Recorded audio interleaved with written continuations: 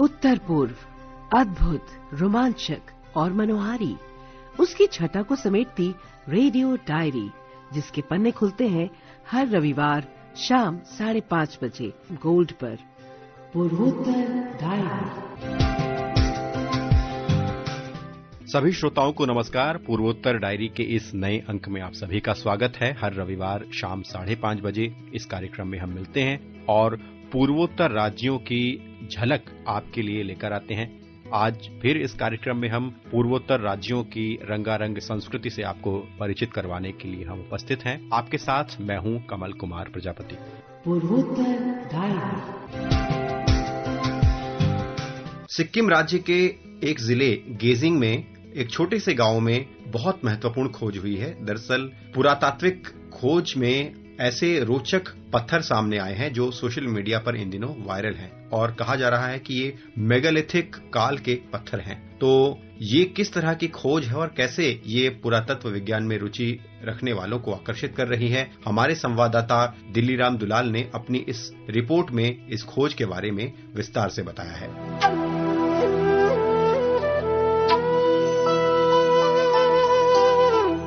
भारतीय पुरातत्व सर्वेक्षण एएसआई के शोधकर्ता हरिचंद्र शर्मा ने बताया कि लगभग 1 माह पहले सोशल मीडिया पर असामान्य पत्थर संरचनाओं की तस्वीरें प्रसारित होने के बाद यह मामला संज्ञान में आया, जिसके पश्चात उन्होंने स्थल का क्षेत्रीय निरीक्षण किया। उन्होंने खड़े हुए पत्थर, स्लैब जैसी संरचनाएं तथा क्रमबद्ध विन्यास देखे जो दफन चिन्हों या मंचों की ओर संकेत कर सकता है। शर्मा ने स्पष्ट किया कि ये निष्कर्ष प्रारंभिक स्तर के हैं और खुदाई या कार्बन डेटिंग के माध्यम से अभी तक वैज्ञानिक रूप से सत्यापित नहीं किए गए हैं। उन्होंने कहा, हम लोगों ने सिक्किम के प्राचीन पुरातात्विक विरासत के लिए एक युगांतरी खोज किया हुआ है। पश्चिम सिक्किम के गेजिंग डिस्ट्रिक्ट के अंदर देंताम ब्लॉक के मिडल मांगमू वार्ड करके जगह में एक मेगालिथिक साइट जो संभावित 2000 वर्ष पुराना या उससे भी आगे हो सकता है, ऐसा खोज की गई है। प्रारंभिक हम सर्वेक्षण के दौरान हमको यह मिला हुआ है कि ये स्थल मेगालिथिक को दर्शाता है। मेहनीर और डॉल्मेन बोलते हैं, ये पाए गए हैं एंड ये संभावित बहुत पुराने भी हो सकते हैं एंड लिविंग मेगालिथिक कल्चर के हिस्सा नहीं लग रहे हैं अभी हमको। ये पुराना भी हो सकते हैं। ये सिक्किम की विशेषता में और सिक्किम की संस्कृति में ये पहला ऐसा कदम है जहाँ पे ऐसी पुरानी हमको सभ्यता मिली हुई है। संभवतः सिक्किम का पहला ये दस्तावेजीकृत मेगालिथिक साइट हमने को डिस्कवर किया हुआ है। सांस्कृतिक महत्व से ये बहुत ही इम्पोर्टेंट दिख रहा है अभी हमको। और यहाँ पे बौद्ध अभिलेख भी मिले हुए हैं और एक पत्थर पे हमको ब्राह्मी स्क्रिप्ट जो पाली लैंग्वेज भी दिख रहा है, थोड़ा सा ऐसा लग रहा है। उसके ऊपर थोड़ा रंजाना लिपि भी हमको दिख रहा है। इसको और स्टडी करना है, इसको और खोज करना है, तभी उसके बाद पता चलेगा कि ये क्या है करके। और दूसरी बात ये है कि एक पुरानी संरचना भी मिल रही है वहाँ पे जो हमको अर्ली हिस्टोरिक पीरियड जैसा दिख रहा है। एंड ये जो पुरानी संरचना मिल रही है एंड जो ये साइट्स हमको मिला हुआ है, इससे ये पता लग रहा है कि यहाँ पे लोग पहले से ही, बहुत पहले से ही लोग रहते थे एंड लोगों को पता था कि एक रेसिडेंशियल प्लेस था और ये हैबिचुअल लैंड था करके पता था। इसीलिए यहाँ पे इतना बड़ा हमको एक कंटिन्यूस संस्कृति मिला हुआ है मेगालिथिक से लेके अर्ली हिस्टोरिक बुद्धिस्ट पीरियड तक। एंड जो इंस्क्रिप्शन मिला हुआ है वो अर्ली हिस्टोरिक भी हो सकता है, प्री बुद्धिस्ट भी हो सकता है। अभी उसको हमको और स्टडी करना है एंड इसके लिए हम लोगों ने government of Sikkim culture department को एक लेटर लिखा हुआ है एंड कल्चर डिपार्टमेंट ने इस लेटर को archaeological survey of India Raiganj जो हमारा सिक्किम देखता है उसको फॉरवर्ड किया गया है। अब देखना है कि हमारा जो आर्कियोलॉजिस्ट का टीम है वो आएगी, फिर इसको एक अच्छी तरीके से इसका इंटेंसिव एक्सप्लोरेशन होगा। हो सके तो बाद में इसका एक्सकवेशन भी करना पड़े, पर अभी हम प्रारंभिक स्थिति में है, इसीलिए हमको ये सब दिख रहा है एंड इंटेंसिव एक्सप्लोरेशन के बाद ही हम इसको डॉक्यूमेंट करके आप बता पाएंगे कि ये कितना क्या है। स्थानीय बुजुर्गों ने बताया कि पारंपरिक मान्यताओं के अनुसार इस क्षेत्र से लंबे समय तक दूरी बनाए रखी जाती थी, जबकि ग्रामीणों को इसके संभावित पुरातात्विक महत्व की जानकारी हाल ही में हुई है। शर्मा ने कहा कि राज्य सरकार की आधिकारिक अनुरोध प्राप्त होने के बाद ही एएसआई औपचारिक सर्वेक्षण कर सकता है। यदि पुष्टि होता है तो यह स्थल सिक्किम के प्रागैतिहासिक अतीत को समझने में महत्वपूर्ण जानकारी प्रदान कर सकता है। आकाशवाणी पूर्वोत्तर डायरी के लिए गान्तोक से मोइनाक चटर्जी के साथ मैं दिल्लीराम दुलाल।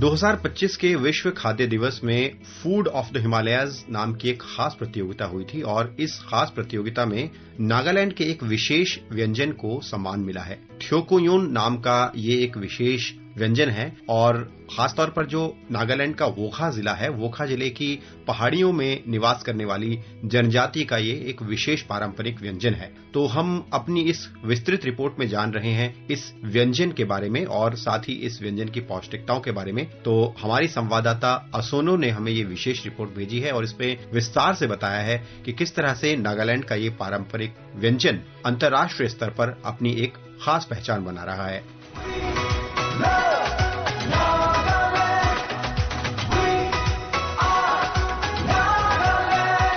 नागालैंड के वोखा जिले की पहाड़ियों से जुड़ा लोथा नागा समुदाय का पारंपरिक व्यंजन थ्योकोयोन आज अंतर्राष्ट्रीय स्तर पर चर्चा में है। विश्व खाद्य दिवस 2025 के अवसर पर आयोजित फूड ऑफ द हिमालयाज प्रतियोगिता में इस अनोखे व्यंजन को सम्मान मिला। ये सम्मान केवल एक पकवान की उपलब्धि नहीं बल्कि पूर्वोत्तर भारत की पारंपरिक खाद्य विरासत और जनजातीय ज्ञान की पहचान भी है।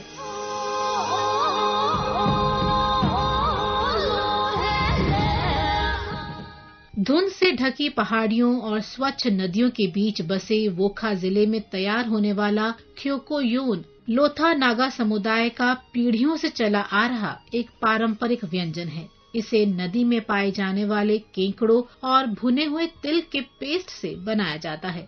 ये व्यंजन इस बात का उदाहरण है कि किस तरह स्थानीय समुदाय अपने आसपास उपलब्ध प्राकृतिक संसाधनों का संतुलित और समझदारी भरा उपयोग करते हैं। थ्योकोयोन की शुरुआत नदी किनारे से होती है। यहाँ स्थानीय लोग हाथ से बने बांस के जालों का उपयोग करते हैं। इन जालों में मुर्गी के अंदरूनी हिस्सों को चारे के रूप में लगाया जाता है, जिससे केकड़े आकर्षित होते हैं। कई बार केकड़ों को पत्थरों के नीचे से हाथ से भी निकाला जाता है या नदी किनारे बांस की खोटियों में चारा लगाकर पकड़ा जाता है। ये पूरी प्रक्रिया पारंपरिक ज्ञान पर आधारित है, जिसमें मौसम और नदी के बहाव को ध्यान में रखा जाता है।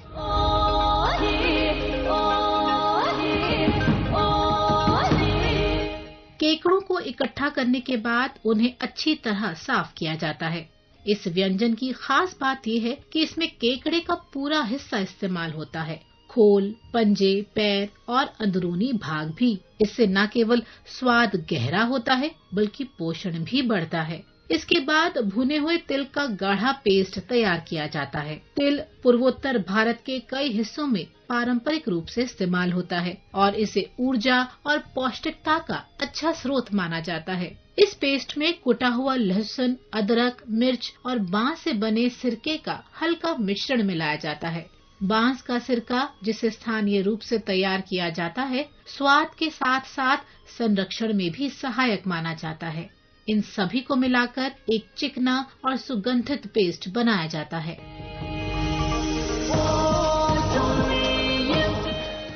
साफ किए गए केकड़ों को इस मसाले से अच्छी तरह लपेटा जाता है और उनके खोल के भीतर भी यह मिश्रण भरा जाता है। इसके बाद मसाले लगे केकड़ों को जंगली पत्तों में लपेटकर बांध दिया जाता है। फिर इन्हें लकड़ी की धीमी आंच पर हल्का गर्म किया जाता है। ये प्रारंभिक गर्मी कच्चेपन को कम करती है। इसके बाद इन्हें पारंपरिक रसोई के चूल्हे के ऊपर लटका दिया जाता है। नागा घरों में रसोई का चूल्हा केवल खाना बनाने का स्थान नहीं बल्कि खाद्य संरक्षण की भी जगह होता है। चूल्हे से उठने वाला धुआं और गर्मी केकड़ों को धीरे धीरे पकाते और सुरक्षित रखते हैं। 5 से 7 दिनों में प्राकृतिक किण्वन की प्रक्रिया शुरू होती है। इस दौरान केकड़े का मांस नरम हो जाता है और स्वाद गहराता जाता है। किण्वन के बाद इन्हें कुछ समय तक और धुएं में रखा जाता है, जिससे उनका स्वाद और परिपक्व हो जाता है। इस पूरी प्रक्रिया में किसी भी प्रकार के कृत्रिम रसायन का उपयोग नहीं किया जाता। यही कारण है कि थ्योकोयोन को पारंपरिक और प्राकृतिक खाद्य संरक्षण का उदाहरण माना जाता है। पोषण की दृष्टि से भी ये व्यंजन महत्वपूर्ण है। केकड़ा प्रोटीन और खनिजों का अच्छा स्रोत है। वहीं किण्वन की प्रक्रिया से इसमें लाभकारी सूक्ष्म जीव विकसित होते हैं जो पाचन के लिए उपयोगी माने जाते हैं। पूर्वोत्तर भारत में कई खाद्य पदार्थ किण्वन की प्रक्रिया से तैयार किए जाते हैं और थ्योकोयोन भी उसी परंपरा का हिस्सा है। परंपरागत रूप से इसे चावल के साथ चटनी की तरह खाया जाता है। इसके अलावा ये उबली हुई सब्जियों, सूप और धुएं में पके मांस के साथ भी परोसा जाता है।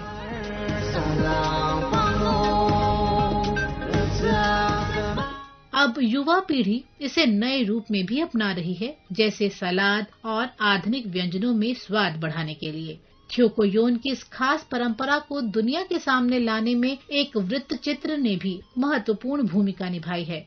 थ्योकोयोन शीर्षक से बनी इस डॉक्यूमेंट्री का निर्माण ओवुंगथुंग जुंगियो ने किया और गिलबर्ट हुम्सो का सहयोग रहा। इस वृत्त चित्र को विश्व खाद्य दिवस 2025 के अवसर पर आयोजित फूड ऑफ द हिमालयाज प्रतियोगिता में सम्मानित किया गया।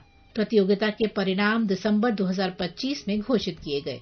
आज जब दुनिया पारंपरिक और स्थानीय खाद्य प्रणालियों की ओर फिर से ध्यान दे रही है, ऐसे में थ्योकोयोन जैसे व्यंजन ये याद दिलाते हैं कि हमारे देश के जनजातीय समुदायों के पास प्रकृति के साथ संतुलन में जीने और भोजन को सुरक्षित रखने की गहरी समझ है। कोहिमा से यूहाना और आसोनुओं की रिपोर्ट के साथ पूर्वोत्तर डायरी के लिए मैं प्रियंका अरोड़ा।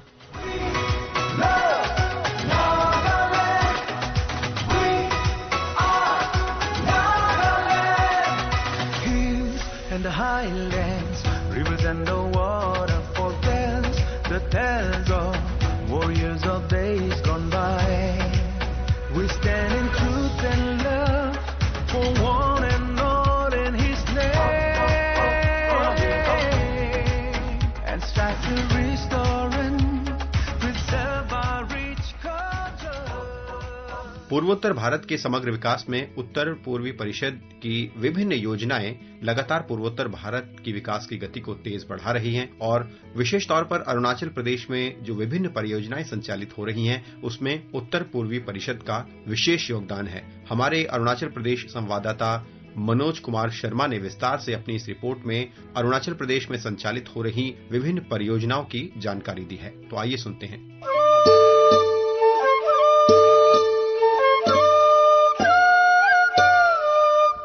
उत्तर पूर्वी परिषद यानी एनएसी ने जनवरी 2026 के दौरान पूरे उत्तर पूर्व क्षेत्र में विकास कार्य को गति देने के लिए कुल 81 करोड़ 50 लाख 78,461 रुपए की राशि जारी की। ये राशि विभिन्न राज्यों और क्षेत्रीय एजेंसियों को दी गई, जिससे बुनियादी ढांचे के विकास, आजीविका संवर्धन, संस्कृति के संरक्षण, अनुसंधान और नवाचार से जुड़े कार्यों को आगे बढ़ाया जा सके। इसमें अरुणाचल प्रदेश के लिए जारी की गई राशि विशेष रूप से महत्वपूर्ण रही। जनवरी 2026 के दौरान राज्य में विभिन्न विकास परियोजनाओं के लिए कुल 6 करोड़ 70,68,827 रुपए जारी किए गए। इन परियोजनाओं का उद्देश्य स्थानीय भाषा, शिक्षा, पर्यटन और खेल सुविधाओं को मजबूत करना है। इस राशि के तहत अरुणाचल प्रदेश में मातृभाषाओं के संरक्षण और साहित्यिक विकास को बढ़ावा देने के लिए विशेष पहल की गई। साथ ही कामले जिले के रागा क्षेत्र के सापारीजो कीचो में पर्यटन परिसर के निर्माण का कार्य शुरू किया गया, जिससे स्थानीय पर्यटन को बढ़ावा मिलेगा और रोजगार के नए अवसर पैदा होंगे। इसके अलावा नामसाई जिले के चौखाम में एक मिनी फुटबॉल स्टेडियम के निर्माण की योजना भी शामिल है, जो युवाओं को खेलों की ओर प्रेरित करेगा। तवांग स्थित दोरजी खांडू कॉलेज में छात्रों के लिए बॉयज हॉस्टल का निर्माण भी इस पहल का हिस्सा है, जिससे दूर दराज के विद्यार्थियों को शिक्षा प्राप्त करने में सुविधा मिलेगी। अंजाव जिले में मेयर समुदाय के लिए आधारभूत ढांचे के विकास से जुड़ी परियोजनाओं को भी प्राथमिकता दी गई। इन प्रयासों का उद्देश्य समाज के वंचित वर्गों को मुख्य धारा से जोड़ना और उनके जीवन स्तर को बेहतर बनाना है। राज्य के अलावा एनईसी ने केंद्रीय और क्षेत्रीय एजेंसियों के माध्यम से पूरे उत्तर पूर्व में विभिन्न परियोजनाओं के लिए भी 32 करोड़ 59,10,251 रुपए की राशि जारी की है। इन परियोजनाओं में स्कूल और कॉलेज भवनों का निर्माण, बांस और हस्तशिल्प को बढ़ावा देना, वैज्ञानिक अनुसंधान, पर्यटन विकास और कृषि से जुड़ी योजनाएं शामिल है। अरुणाचल प्रदेश में मिथुन संरक्षण और प्रजनन केंद्र की स्थापना, साथ ही वेस्ट कामेंग जिले में आयोजित ईगल नेस्ट बर्ड फेस्टिवल जैसे कार्यक्रम भी क्षेत्र की जैव विविधता और सांस्कृतिक पहचान को सशक्त बनाने की दिशा में महत्वपूर्ण कदम है। कुल मिलाकर ये सभी पहल उत्तर पूर्व, विशेषकर अरुणाचल प्रदेश में समग्र विकास, सांस्कृतिक संरक्षण और युवाओं के लिए बेहतर अवसर सुनिश्चित करने की दिशा में महत्वपूर्ण योगदान दे रही है। पूर्वोत्तर डायरी के लिए आकाशवाणी ईटानगर से मैं मनोज कुमार शर्मा।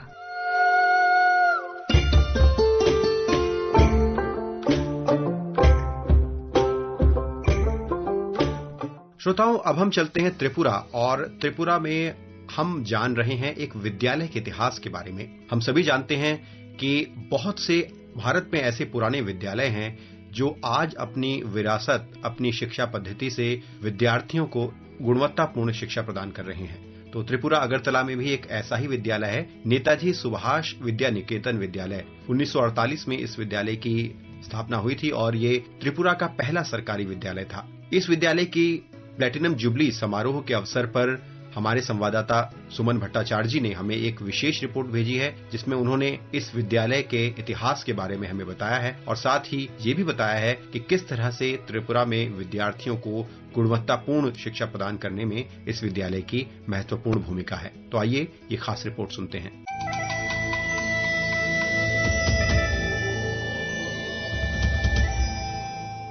करीब 163 वर्ष पहले त्रिपुरा में महाराजा बीरचंद्र माणिक्य के प्रयासों से पूर्वोत्तर भारत का पहला सरकारी विद्यालय शुरू हुआ था। तभी से राज्य में शिक्षा के क्षेत्र में निरंतर प्रगति की परंपरा बनी रही। बालिका शिक्षा को भी विशेष महत्व दिया गया। शिक्षा की ये रोशनी राज्य के अलग अलग हिस्सों में सभी जाति और जनजाति के लोगों तक पहुंची। इसी परंपरा को आगे बढ़ाते हुए विभाजन के कठिन समय में कुछ जागरूक लोगों ने वर्ष 1948 में गुरुदेव रविन्द्रनाथ टैगोर के शांति निकेतन के शिक्षा मॉडल और महान देशभक्त नेताजी सुभाष चंद्र बोस से प्रेरित होकर इस नेताजी सुभाष विद्या निकेतन नाम के विद्यालय की स्थापना की।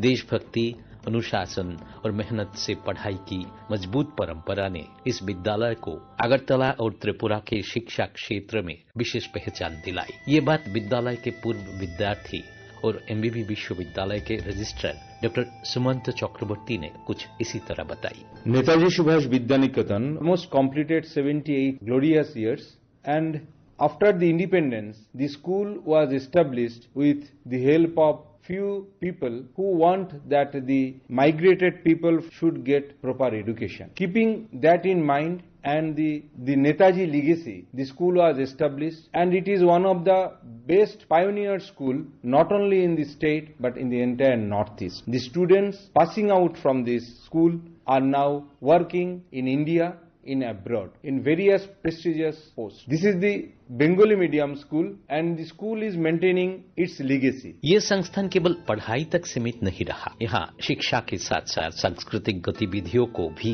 बराबर महत्व दिया गया। नियमित अभ्यास और भागीदारी से विद्यार्थियों को कई उपलब्धियां मिली। विद्यालय के पूर्व छात्र और शिक्षक राज्य के प्रसिद्ध कलाकार सुदीप्त शेखर मिश्रा के अनुसार देशभक्ति, अच्छे संस्कार, अनुशासन और तार्किक सोच विद्यार्थियों के व्यक्तित्व को मजबूत बनाते हैं और उन्हें ज्ञान तथा संस्कृति के क्षेत्र में आगे बढ़ाते हैं। Celebrating the Platinum Jubilee of Netaji Subhash Vidya Niketan is a momentous occasion, especially for someone deeply rooted in the cultural and educational fabric of Agartala. As a premier institution that has shaped generations, its journey is not just about a building, but about the legacy of discipline, patriotism, and the arts that it instills. Given my background as a musician and educator, the milestone likely resonates with my on several levels. Covid काल के दौरान शुरू हुए platinum jubilee समारोह के लंबे चरण के बाद भी ये विद्यालय आज नई ऊर्जा और उत्साह के साथ आगे बढ़ रहा है। त्रिपुरा के प्रमुख बंगाली मध्यम विद्यालयों में से एक नेताजी सुभाष विद्या निकेतन आज भी शिक्षा के क्षेत्र में नई ऊंचाइयों को छूने के लिए निरंतर प्रयास कर रहा है। पूर्वोत्तर डायरी के लिए आकाशवाणी अगरतला से सुमन भट्टाचार्य।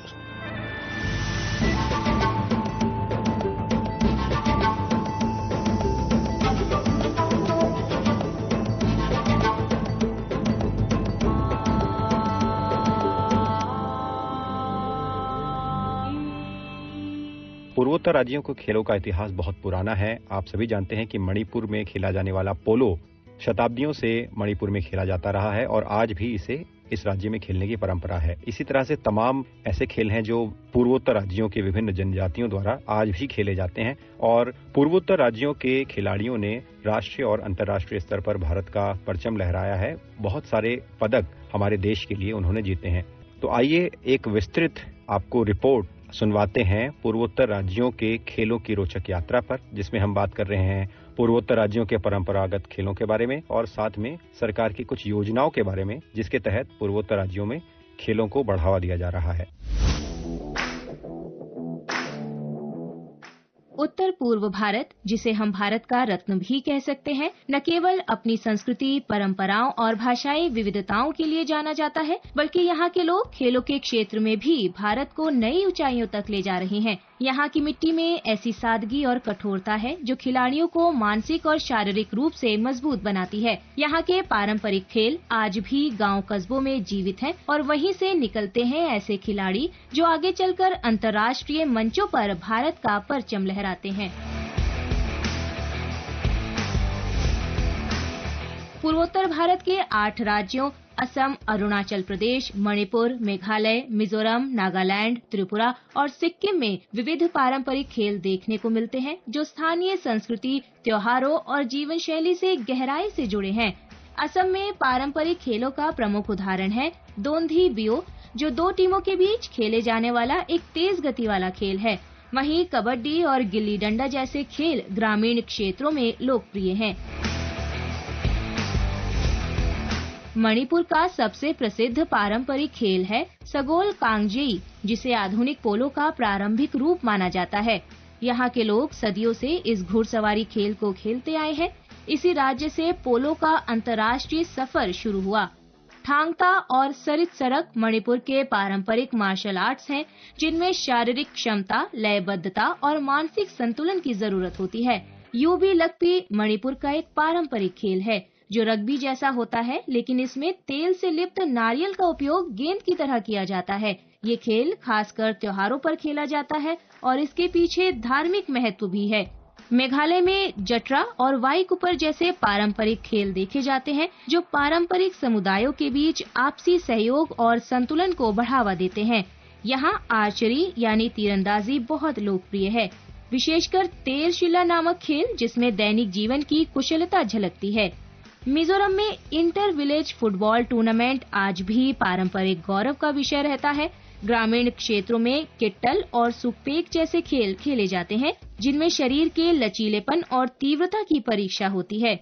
नागालैंड में खो खो और सेसे जैसे पारंपरिक खेल युवाओं को न केवल शारीरिक रूप से दक्ष बनाते हैं, बल्कि सामुदायिक भावना भी सिखाते हैं। नागा रेसलिंग यहाँ का एक अत्यंत लोकप्रिय खेल है जो ताकत, संतुलन और तकनीक पर आधारित होता है। अरुणाचल प्रदेश में एपटानी जनजाति का डीलो खेल और मिश्मी जनजाति का कट्टा फाइटिंग आज भी पारंपरिक मेलों में दिखते हैं। यहाँ के बोंग गेम्स और लोकल एथलेटिक्स स्पर्धाएं उच्च पर्वतीय क्षेत्रों में खेले जाते हैं, जहाँ ऑक्सीजन की कमी के बावजूद खिलाड़ी पूरी ऊर्जा के साथ खेलते हैं। त्रिपुरा में मुकना और थांगुट जैसे कुश्ती आधारित खेल स्थानीय युवाओं में खासे लोकप्रिय हैं। बम्बा और नटुआ जैसे खेल भी विभिन्न जनजातियों में खेले जाते हैं। सिक्किम में याक रेसिंग और थोड़गे जैसे खेल पारंपरिक त्योहारों का हिस्सा हैं।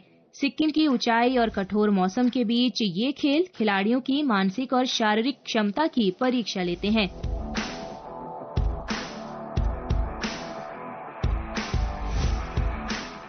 ये पारंपरिक खेल न केवल सांस्कृतिक पहचान के वाहक हैं, बल्कि खेल भावना, अनुशासन और परिश्रम के बीज भी बोते हैं। यही कारण है कि आज इन राज्यों से निकलकर कई युवा खिलाड़ी देश का प्रतिनिधित्व अंतर्राष्ट्रीय खेल मंचों पर कर रहे हैं। उत्तर पूर्व भारत के खिलाड़ी अब किसी भी खेल मंच पर केवल भाग लेने नहीं जाते, बल्कि पदक जीत कर लौटते हैं। इस क्षेत्र की मेहनती और अनुशासित जीवन शैली ने यहाँ के खिलाड़ियों में एक विशेष मानसिक दृढ़ता पैदा की है, जो खेलों में अत्यंत महत्वपूर्ण मानी जाती है। उत्तर पूर्वी भारत के युवाओं में खेल प्रतिभा को प्रोत्साहित करने के लिए केंद्र और राज्य सरकारों ने अनेक योजनाएं शुरू की हैं, जिनका प्रभाव अब स्पष्ट रूप से दिखने लगा है।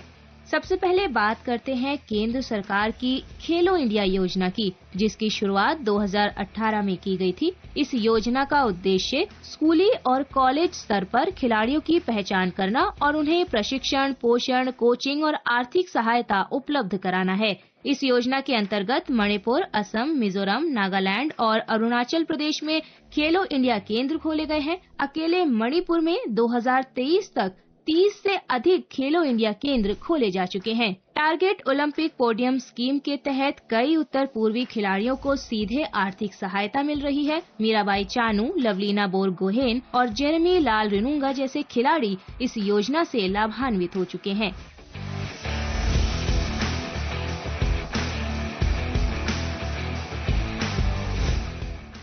पूर्वी क्षेत्रीय युवा संसाधन केंद्र के माध्यम से भी खेलों को बढ़ावा देने के लिए प्रशिक्षण शिविर और प्रतियोगिताएं आयोजित की जाती हैं। मणिपुर सरकार ने राज्य खेल नीति 2020 को लागू किया है, जिसके अंतर्गत खिलाड़ियों को नकद पुरस्कार, सरकारी नौकरी और छात्रवृत्ति दी जाती है। मिजोरम सरकार ने स्टेट स्पोर्ट्स पॉलिसी लागू की है, जिसके अंतर्गत प्रत्येक जिले में बहुउद्देशीय इंडोर स्टेडियम बनाए जा रहे हैं। मिजोरम में फुटबॉल के लिए मिजोरम प्रीमियर लीग शुरू की गई है। असम सरकार ने 2023 में मिशन टैलेंट हंट की शुरुआत की थी। गुवाहाटी में सरू सजाई स्पोर्ट्स कॉम्प्लेक्स एथलेटिक्स, तैराकी, शूटिंग और फुटबॉल के लिए आधुनिक सुविधाएं प्रदान करता है। नागालैंड सरकार ने यूथ एम्पावरमेंट थ्रू स्पोर्ट्स कार्यक्रम चलाया है। कोहिमा में नागालैंड ओलंपिक्स का आयोजन अब नियमित रूप से हो रहा है। अरुणाचल प्रदेश सरकार ने हाल ही में स्पोर्ट्स इंफ्रास्ट्रक्चर डेवलपमेंट प्लान लागू किया है। वहीं त्रिपुरा सरकार की खेलो त्रिपुरा पहल और सिक्किम सरकार के याक गेम्स फेस्टिवल पारंपरिक खेलों को पुनर्जीवित करने का प्रयास है। पूर्वोत्तर भारत में भारतीय खेल प्राधिकरण के कई क्षेत्रीय केंद्र भी कार्यरत है। इम्फाल और गुवाहाटी के केंद्र वेट लिफ्टिंग, मुक्केबाजी और फुटबॉल के लिए प्रमुख माने जाते हैं। जहां एक ओर संसाधन सीमित है, वहीं दूसरी ओर लगन असीमित है। यही कारण है कि भारत की खेल नीति में अब उत्तर पूर्व एक केंद्रीय स्थान ले चुका है। पूर्वोत्तर डायरी डेस्क के लिए सरफिरोजी।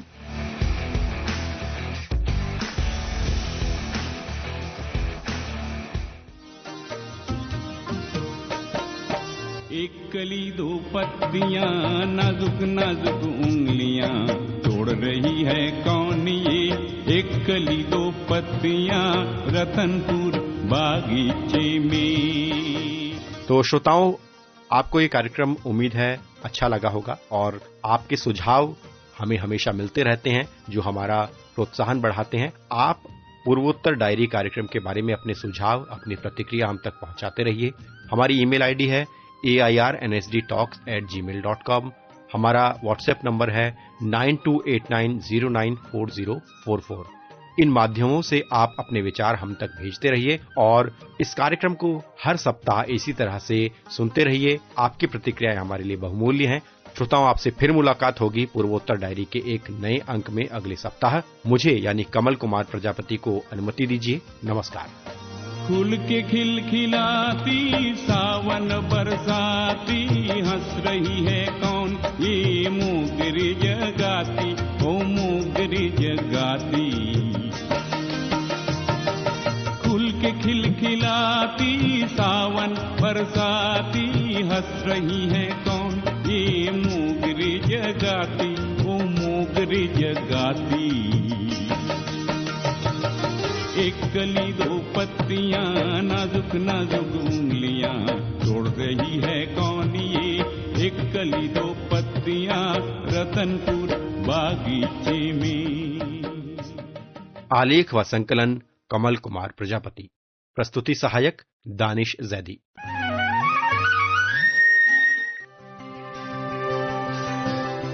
उत्तर पूर्व अद्भुत, रोमांचक और मनोहारी, उसकी छटा को समेटती रेडियो डायरी, जिसके पन्ने खुलते हैं हर रविवार शाम 5:30 बजे गोल्ड पर। पूर्वोत्तर डायरी।